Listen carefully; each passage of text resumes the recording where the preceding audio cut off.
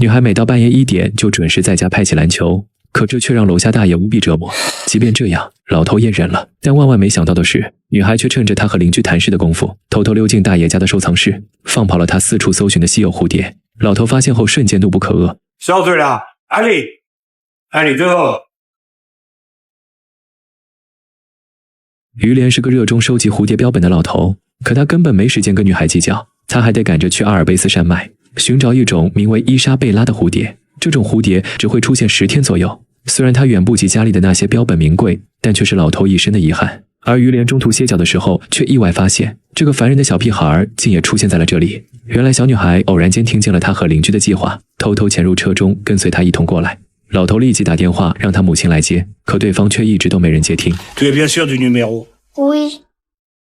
没有办法，于连只能将他送到附近的警局。然而艾莎却不愿意就这样下车，因为母亲忙于工作，只能把她一人丢在家里。女孩夜里害怕，才会起床拍篮球壮胆。说到这个，更让于连火大。自己在家里就被他吵得心烦，现在跑到离家这么远的地方，他还是阴魂不散的烦人。S'il te plaît。Non et non. Non。见爷爷态度坚决，艾莎只好委屈巴巴地述说自己的小心愿。她从小就被关在出租屋里，没见过大山，也没感受过自然，从未拥有过真正童真的时光。于连也是刀子嘴豆腐心，但他又不是女孩的爷爷，根本没有权利带她一起进山。然而警局里一个误入歧途的姑娘却让他改变了想法。老头不希望艾莎因为缺爱，未来也变成满脸钉子的叛逆少女。于是他破例让艾莎跟着自己，并约定她必须听话，不准发牢骚，更不能独自乱跑。Ou si nécessaire, par chronopost。D'accord。原本独自的寻蝶之旅却被这个不速之客打乱了计划。可小孩子总是充满了奇奇怪怪的问题，不是蝴蝶是不是捉在草堆里，就是阿尔卑斯山上有没有糖。老头被各种问题弄得心烦意乱。接下来有很长的徒步路程要走，换好装备的二人终于踏进了阿尔卑斯山。但女孩的话痨嘴却至始至终都没有停过。孩童的眼里对什么都有滤镜，就连枯燥乏味的徒步赶路，对他来说也是有趣的竞走比赛。面对自己营养丰富的午饭，他反而更喜欢爷爷单调的蔬菜。J'adore ça, c'est vrai, rémoulade. On échange? Sûrement pas。虽然嘴上说着拒绝，但于连还是不忍伤了孩子的心。二人的关系渐渐回暖，于连的内心也不禁有所触动，似乎真的把艾莎当成了自己的孙女。他也默默充当起了爷爷的角色。见女孩走路时分心，他会严厉地禁止她玩游戏机。入夜气温骤降，他也强行要给孩子加衣服。第二天，见爷爷掏出了手机，想要询问朋友伊莎贝拉出没的确切地址，可是山上信号不稳，于连始终都没打通电话。为了杜绝妈妈找到自己的可能，艾莎便假装检查手机，趁对方不注意时偷偷抠掉了电话卡。然而另一边，艾莎的母亲回家没找见女儿，却在邻居老太口中得知于连与孩子打过交道，还驱车去了很远的地方。然而警方也联系不上他的手机，便怀疑老人绑架了女孩。他们进入于连家中寻找线索，可满墙的蝴蝶标本却让警察加深了怀疑。作为有收藏癖好的人，更可能有变态的犯罪想法。Connu un type qui collectionnait les emballages de morceaux de sucre.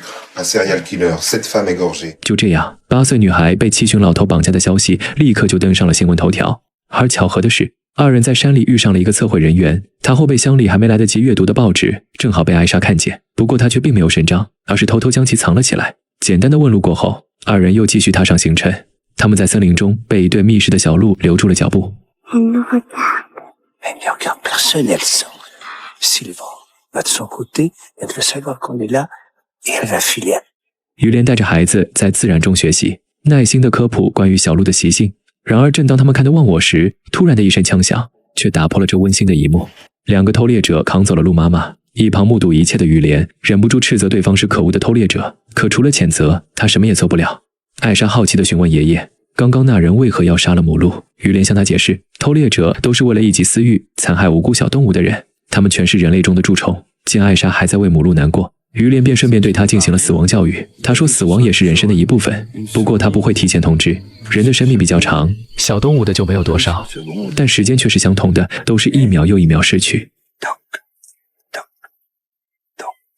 3天的时间里，他给爷爷讲了不知多少个下边的故事。但在今天入睡前，艾莎却讲起了自己的梦。她从鸟笼里救了一只金丝雀，就在放飞它时，鸟儿却并不愿意离开。Tu sais pourquoi? Aucune idée. S'il préférait rester avec moi, c'est sans doute parce qu'il m'aimait. 充满童真的话语，却让于连听出了无尽的孤独，而这份孤独自己也深有体会。他想用自己的陪伴安抚这颗幼小的心灵。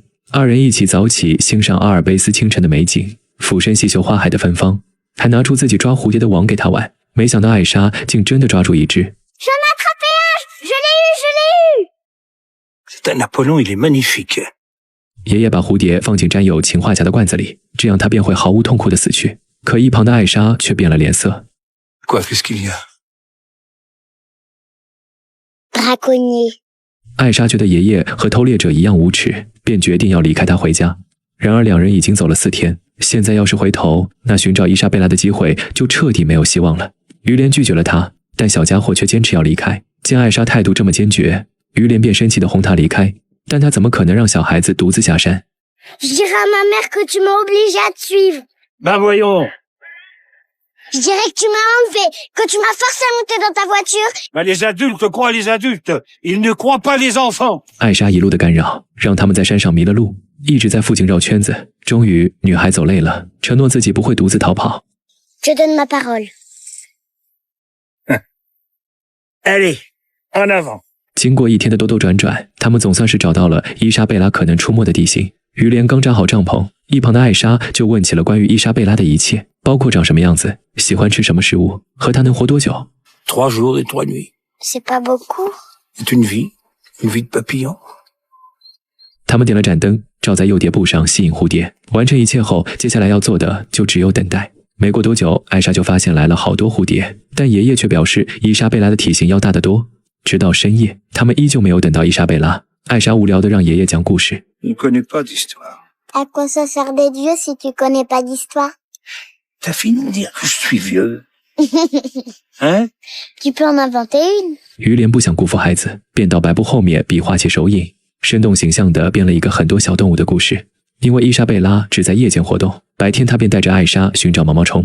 可突如其来的大雨却将二人困在山谷的另一头，直到傍晚才渐渐停下。显然他们已经没法回山那头的帐篷过夜，但好在遇到了一个放牛的牧民。今天是对方的生日，男人也热情地招待远道而来的客人。可当于连得知他今年43岁时，脸上的笑容僵硬了。他想起了自己的儿子，如果没有离世的话，也正好是43岁。当年儿子突然患上了严重的抑郁症，经过2年的治疗，也始终没有见到好转。可偶然的一次，他却在看见蝴蝶时露出了笑容。从那以后，于连便开始了收集蝴蝶标本，但画册里儿子最喜欢的伊莎贝拉，他却始终没有找到。最终，儿子带着遗憾结束了生命。一旁的艾莎这才了解到爷爷为何苦苦追寻伊莎贝拉。隔天，他们回去继续等待。艾莎也讲述起自己本不该来到这个世界，但妈妈堕胎太晚，没有成功将她打掉。她好奇被堕胎的小孩都变成了什么。C'est triste d'être rien. 就在艾莎独自伤感时，于连却看到一只大蝴蝶的影子。可没想到，由于艾莎太过兴奋，不小心绊倒了诱蝶布。Oh, bon sang! Ah, bon sang, bon sang! Allez, va-t'en, t'es sourde ou quoi? 错过了寻找多年的伊莎贝拉，爷爷完全控制不住内心的愤怒，但冷静下来后，还是决定隔天接着再等。可万万没想到，天亮以后却找不见艾莎的影子。他着急地四处寻找，终于在一处石洞里听到了艾莎的声音。Tu es là? 怎料山洞太深，仅凭他一己之力，根本没法将艾莎救起。于连赶忙穿越山谷寻求牧民的帮助，然而家中只有他痴呆的老母亲一人，无奈之下只好开走牧民的车，一路狂奔到镇上报警。但于连未曾料到，自己现在已是被通缉的绑架犯，还未弄清楚缘由，他就被铐上手铐控制了起来。艾莎的妈妈也随着直升机到达现场，通过监视器看到女儿的瞬间，悬着的心才终于放下。Elsa, c'est maman. 由于洞口过于狭窄，强行开凿又会造成2次伤害。就在大家束手无措之时，一旁牧民的儿子竟自告奋勇要下洞救人。在小男孩的帮助下，艾莎终于得以重见天日。他与于连还未相见，对方就被警察羁押带走。于连寻找伊莎贝拉的计划也彻底泡汤。在警局解释清楚一切误会后，他竟发现艾莎一直都在门口等着自己。这一路的陪伴已经让2人结识了深厚的情谊。就连回家后，楼上传来的篮球声也没有了往日的刺耳。于连试着了解母女俩的生活，没想到女人也是个从小就命苦的孩子，父母从不关心自己。她没上过学，什么也不懂，16岁就有了身孕，肚子实在遮掩不住后，便离开了家。J'ai jamais compris sa passion pour le basket. Les enfants malheureux sont souvent pressés de grandir. 孩子努力地模仿大人的行为，都是在掩盖自己缺爱的表现。见对方也意识到了自己作为母亲的不称职，于连便决定拉他一把，这同样也是在帮助曾经的自己。Simplement que vous l'aimez. Deux petits mots. Moi non plus, je n'ai jamais réussi à les dire. Deux petits mots. 孩子要的其实很简单，一句我爱你，一个亲吻就已经足够了。只要妈妈陪在身边，比任何礼物都要珍贵。在于连出发去阿尔卑斯前，朋友曾寄来一个快递，6只萨米亚蝶和1只黄昏蝴蝶的蛹。这个黄昏蝴蝶很是神秘，连艾莎都迫不及待想知道它长什么样子，每天追着问蝶蛹何时破壳。C'est pour aujourd'hui? C'est trop tôt, Elsa. Faut attendre encore un peu. 一次又一次的失望后，他们终于等到了这一天。二人无比期待地注视着破茧过程，直到翅膀张开的一瞬间，于连这才发现，苦苦寻找多年的伊莎贝拉，原来在出发前自己就已经拥有一个用收集标本隔绝自我的老人，一个强装成熟来掩饰对母爱渴望的孩童。两人的相遇好似上天注定，艾莎就像那不请自来的蝴蝶，不偏不倚地闯入了老人的花园。她打开的不是一扇普通的门，而是老人尘封已久的心门。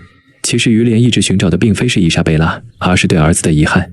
艾莎的陪伴让对方放下了执念，老人也填补了女孩缺失的童年。他们把伊莎贝拉放飞在了巴黎的夜空中，或许她飞不了多高多远，但这一刻整个天空都见证了生命的美丽。影片最后，艾莎也告诉了爷爷一个秘密，其实她妈妈的名字也叫